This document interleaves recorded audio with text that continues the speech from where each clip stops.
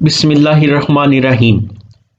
حضرت آدم علیہ السلام اور حضرت ہوا جب دنیا میں تشریف لائے تو نسل انسانی کا سلسلہ شروع ہوا۔ ان کے ہاں جڑواں بچے پیدا ہوتے تھے، ایک لڑکا ہوتا اور ایک لڑکی ہوتی۔ صرف حضرت شیس علیہ السلام اکیلے پیدا ہوئے تھے۔ دوسرے پیدا ہونے والے جڑواں بچے جن میں سے ایک لڑکا اور ایک لڑکی ہوتی تھی، ان دو جوڑوں میں سے ہر ایک کی شادی دوسرے کے ساتھ کر دی جاتی۔ چونکہ حضرت آدم علیہ السلام اور حضرت حوا کے علاوہ کوئی دوسرا جوڑا تھا ہی نہیں، اس لیے اس جوڑے کے بچوں سے دوسرے جوڑے کے بچوں کی شادی ہوتی۔ اس لیے نسل انسانی کو پھیلانے کے لیے ان کے بچوں کی آپس میں شادی کو جائز قرار دیا گیا۔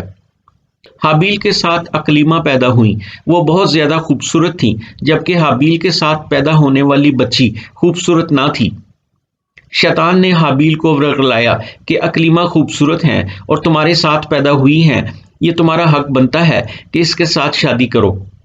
قابیل نے جب یہ خواہش ظاہر کی تو حضرت آدم علیہ السلام کو بہت دکھ ہوا۔ انہوں نے قابیل کو سمجھایا کہ یہ تمہاری بہن ہے، اس کے ساتھ تمہاری شادی نہیں ہو سکتی، تمہاری شادی حابیل کی بہن کے ساتھ ہوگی۔ قابیل نہ مانا اور ضد پر اڑا رہا۔ حضرت آدم علیہ السلام نے فرمایا کہ تم دونوں قربانی پیش کرو، جس کی قربانی قبول ہو جائے گی اس کی شادی اقلیمہ کے ساتھ کر دی جائے گی۔ حابیل انتہائی نیک دل اور سخی تھا، اس نے ایک بہترین جانور قربانی کے لیے پیش کیا۔ چونکہ وہ خود چرواہا تھا، اس لیے اس نے اپنے جانوروں میں سے ایک سب سے اچھا جانور قربانی کے لیے پیش کیا۔ حابیل کاشتکار تھا، اس نے پرانا اور گھٹیا سا غلہ قربانی کے لیے پیش کیا۔ اس دور میں قربانی کے قبول ہونے کی دلیل یہ ہوتی تھی کہ آسمان سے آگ کا ایک گولا آ کر اس چیز کو بھسم کر دیتا تھا۔ حضرت آدم علیہ السلام کو یقین تھا کہ حابیل ہی کی قربانی قبول ہوگی، کیونکہ حق بھی اسی کا تھا اور وہ نیک دل اور سخی بھی تھا۔ جب دونوں نے اپنی اپنی چیزیں رکھ دیں تو آسمان سے ایک آگ آئی اور حابیل کے جانور کو کھا گئی۔ اس پر قابیل غصہ میں آ گیا اور حابیل کو دھمکی دی کہ میں تجھے قتل کر دوں گا۔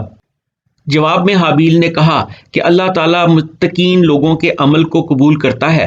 حابیل نے طاقتور ہونے کے باوجود کہا کہ میں تجھے کچھ نہیں کہوں گا، میں چاہتا ہوں کہ میرا اور اپنا گناہ تو اپنے ذمہ لے لے۔ آخر شیطان نے حابیل کو ورغلایا اور اسے قتل کرنے کا طریقہ بھی بتایا۔ حابیل ایک جگہ پر پتھر پر سر رکھ کر سویا ہوا تھا کہ قابیل نے اس کے سر پر ایک اور پتھر مارا اور حابیل مر گیا۔ اب حابیل پریشان تھا کہ اس کو کیا کرے، پھر وہ کئی دنوں تک اس کی لاش کو اٹھائے پھرتا رہا۔ آخرکار اللہ تعالیٰ نے دو کوے بھیجے، وہ آپس میں لڑے، ایک نے دوسرے کو مار دیا اور پھر پاؤں سے زمین کو کھود کر اس میں دفن کر دیا۔ یہ واقعہ دیکھ کر قابیل کو افسوس ہوا کہ میں تو اس کوے سے بھی گیا گزرا ہوں کہ مجھے دفن کرنے کا طریقہ بھی نہ آیا، اور مجھے اس کوے نے اس کا طریقہ سکھایا۔ آخرکار اس نے حابیل کو زمین کھود کر دفن کر دیا اور اپنے گھر کو چھوڑ دیا۔ شیطان نے اس پر دوسرا حملہ کیا کہ حابیل کی قربانی اس لیے قبول ہوئی، اس کو آگ نے اس لیے کھا لیا کہ وہ آگ کی پوجا کرتا تھا، تو بھی آگ کی پوجا کر۔ اس طرح قابیل نے آگ کی پوجا شروع کر دی، اس لیے وہ کفر و شرک کرتا ہوا دنیا سے چلا گیا۔ قیامت تک دنیا میں جتنے بھی لوگ قتل ہوں گے، سب کا گناہ قابیل کو ملے گا۔ جہنم میں جو سب سے پہلا شخص ڈالا جائے گا وہ قابیل ہی ہوگا۔ یہ واقعہ سورہ مائدہ کی آیت نمبر 27 تا 31 میں مذکور ہے۔